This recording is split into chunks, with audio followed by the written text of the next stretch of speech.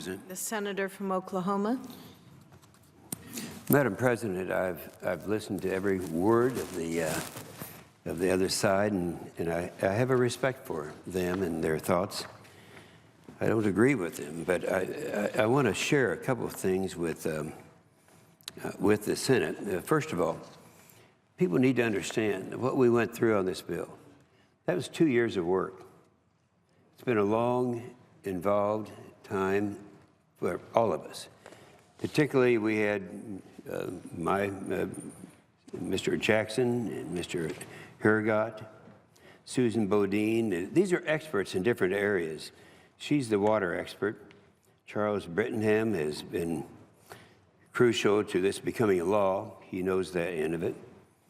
The Corps operations, Charles Brittingham knows more about the Corps operations, worked tirelessly. These guys worked and gals worked several hours on this thing, many weeks. Byron Brown negotiated the coal ash. The coal ash issue is a huge issue. The states had been wanting this for a long period of time. It was a compromise, and everyone was happy with it. I want to thank Jenny Wright, Andrew Neely, Andrew Harding, Carter Vela, Amanda Hall, Devin Barrett, Joe Brown, and from Senator Boxer's staff. I don't think we could have gotten this done without the long hours of Jason Albritton and others from her staff, like Ted Elston, and the CBO. The CBO staff came in. They worked very hard on this thing. Aurora Swanson, she was always available. The Senate Legislative Council, Deanna Edwards, Maureen Contrenti. So we have a lot of people that have been involved in this thing. I don't want people to think this is just another bill, you know, that came along and it's time for it to be considered. We could have done this a long time ago. We weren't quite ready. And it took the time for all of us to get together, and I think it's important. Now, you've heard others talk about one major provision in the bill, and I do want to address that in a minute. But if you stop and think about what is in this thing, we have 30 new navigation, flood control, and environmental restoration projects. It modifies 8 existing projects based on reports submitted to Congress by the Secretary of the Army. These projects support our nation's economic competitiveness and well-being by deepening nationally significant ports. And you around in here know which ones we're talking about. The bill also includes ecosystem restoration in the Florida Everglades, which will fix Lake Okeechobee and stop the algae blooms in Florida coast. The bill includes ongoing flood control and navigation safety in the Hamilton City and project that's in California, and the Rio de Flag in Arizona. Includes programs that will help small and disadvantaged communities provide safe drinking water and will help communities address drinking water emergencies like the one facing the city of Flint, Michigan. The bill includes the gold, remember the Gold King mine. The people in California, certainly Senators Gardner, Bennett, Udall, spent a lot of time on it's in this bill. The bill includes the rehabilitation of high hazard potential dams. The section of the bill authorizes the FEMA assistance to states to rehabilitate the unsafe dams. And there are, this is significant, there are 14,724 what they call high hazard potential dams in the United States. That means that if a dam fails, lives are at stake. The program will prevent loss of lives. You know, we've talked about this on the floor. That's a significant thing, 14,726. And I just think it's, you know, the WIIN bill is a bipartisan, will play a critical role in addressing problems faced in the communities. Let me just repeat something that is important. I want to make sure everybody understands how long we've been talking about the Flint, Michigan tragedy. For a long time. It's in here. The solution's here. Now, in the bill we just passed, that's an appropriation. But the authorization has to be there. And I would say this, and since I'm looking across at the 2 senators from Michigan, I know that they're concerned with this. That we have to understand that if without this authorization, this bill, there will be no Flint relief, none whatsoever. And I would ask, I would go ahead and yield some time to either of the two senators, Senator Stabenow from Michigan, for any comments they want to make about this. But I hope you understand, as I yield to the time that you will be requesting, that without this bill, there's nothing for Flint. Madam President. The senator from Michigan. Thank you very much. First, I do want to thank the chairman of EPW for his very, very hard work on our behalf and the 100,000 people in the city of Flint, and his incredible staff, all of the staff that have been involved in this. And I'd ask unanimous consent that I be able to give you a list of all of the staff. I want to make sure they're in the record so we can properly thank all of them. Without objection.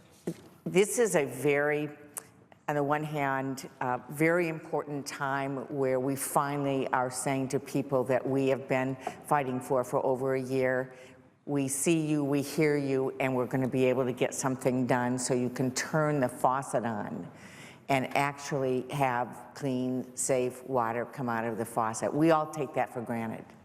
I have to say it's also bittersweet, though, when I look to my colleagues, Senator Boxer and Senator Cantwell, who have spent more time, certainly, than anyone else that I have worked with other than working with Senator Inhofe and his staff, to work hard to help us get to this point and to find us in a situation because of what the House did, where we can't all be unified. It is something I feel very sad about and regret deeply. Senator Murkowski and Senator Cantwell were very instrumental in spending hours and hours early on in the year trying to get something done as it related to the energy bill. And I regret that the energy bill is not part of what's being done by the end of this year. Democratic leader, the majority leader, certainly Senator Peters and I have been fighting together for a year and beyond in terms of what the people of Flint need. But I want to say just one thing to really focus on this. There are many needs, there are many issues, but there are people literally whose health is permanently damaged, 9,000 children under the age of 6 who have been so exposed to lead that they may not have the opportunity to have a healthy, full life where they can focus in the future as they otherwise would because of developmental concerns. So we have people that are in a crisis situation. This bill needs to get passed for them. They have waited and waited while other things have been done the entire year. It's time for them to stop having to wait. This is the opportunity for us to actually take an entire city. No place else in the country is there an entire city that has not been able to use their water system because of fear of lead poisoning. That's what's happening in this community.